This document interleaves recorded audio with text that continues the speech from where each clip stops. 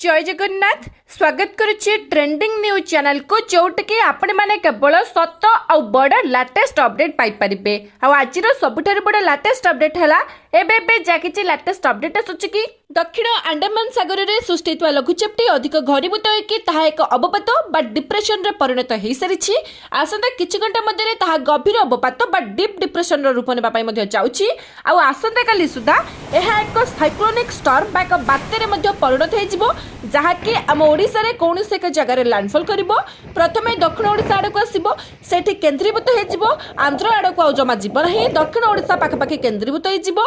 IMD बर्तमान जहाँ किसी आकलन करिछि कि यह एक सिवियर साइक्लोन बा एक भीषण बात्यार रूप ने जाउछि किंतु आसंता किछि घंटा मध्य क्लारिफाई हो कि आम ओडिशा रे ताहा केते प्रबल तांडव करिवो केउ केउ जिला देखि ताहा लैंडफॉल करिवो कारण ए बात्या जबाद दक्षिण ओडिशा पाखापाखि केंद्रीभूत हो सारिला परे ताहा रिकव करिवो ता माने ताहा बुलिकी आउ ताहा आम ओडिशा उपकूल देकी घसी हेकी जीवो किंबा ओडिशा उपकूल रे कोनोसे एक जगह लैंडफॉल मध्य करि पारे तामाने टार्गेट एरिया रे संपूर्ण गजपति जिला पाखरु नेकी बालेश्वर जिला पर्यंत अछि तामाने सबु जाक उपकूलवर्ती जिला मानकर बड़ तांडव रचिबार मध्य संभावना अछि तो पूर्वरु मध्य आईएमडी कहि सारिछि कि पाखपाखि 110 रु 120 किलोमीटर पर्यंत पवन वेग रही पारे ता सहित भीषण वर्षा हेबो जोथि पई कि रेड अलर्ट मध्य जारी करा जायछि पाखपाखि 18 जिला मानक वर्तमान सेथि मध्यरु 4 जिला को वर्तमान रेड वार्निंग और 7 जिला को ऑरेंज वार्निंग और ता सहित बाकी सब जिला गुडी को येलो वार्निंग मध्य जारी करा जायछि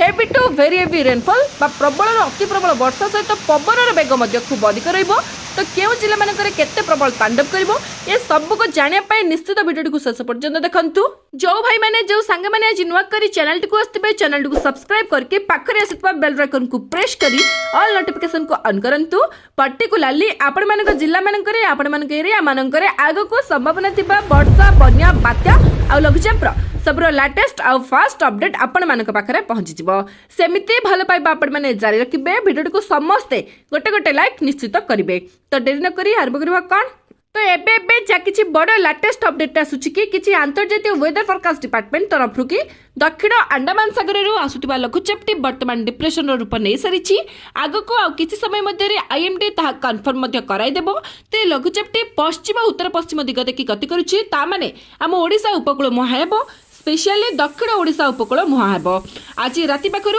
किछि किछि जिला मानकर वर्षा पवन मध्य आरंभ होइजिवो आसंता काली पाखरु वर्षा पवन परिमाण वृद्धि पाइबो 4 तारिख पाखरु भीषण वर्षा हेबो heavy to very heavy rainfall आउ मैक्सिमम उपकूलवर्ती जिला मानकर heavy to very heavy rainfall हम तो जार प्रभाव में तलिया एरिया मानकर फ्लैश फ्लड बा हठात बन्या परिस्थिति मध्य संभावना अच्छी जो कि एसआरसी बा स्पेशल रिलीफ कमिशनर कार्यालय तरफ सबु जिलार जिलापाल मानकु सतर्क सजग रहिबा परामर्श दिया जायछि एनडीआरएफ टीम ओड्राफ टीम अग्निशम विभाग विद्युत विभाग ता सहित सबु जाक जरूरी कालीन विभाग को सतर्क सजग रखा जायछि आ ता छडा ए बात्याटी जेते ओडिशा उपकूल को आसीबो तार क्लियर विजुअल जाना पड़िबो कि एहा केते भयंकर रूप नेउछि कारण जेहेतु एहा पोस्ट मॉनसून साइक्लोन तो बड़ बात्यारे एहा परिणत हेई पारे ता सहित जो जिला गुडी करे हाई अलर्ट रे रखा जायछि तो से सब जिला गुडी कला गजपति गंजाम जगतसिंहपुर पुरी तो ये 4टी जिला को रेड अलर्ट रे रखा जायछि ता सहित बाकी आपनकर जेतिके उपकूलवर्ती जिला अच्छे गजपति पाखरु नै कि बालेश्वर जिला पर्यंत जेमिति कि आपनकर गजपति गंजाम पुरी जगतसिंहपुर केन्द्रापड़ा खोर्धा कटक जाजपुर भद्रक बालेश्वर तो सबु जिला मानकर प्रबल रु अति प्रबल वर्षा ढालिबो पवन वेग मध्य खूब अधिक रहिबो पाखापाखि 110 रु 120 किलोमीटर रहिबो तो सेति पई आपण माने निहाती सतर्क सजग रहिबे बात्या समय रे केबे भी माटी घरे रहिबे नै सुरक्षित स्थान रे रहिबे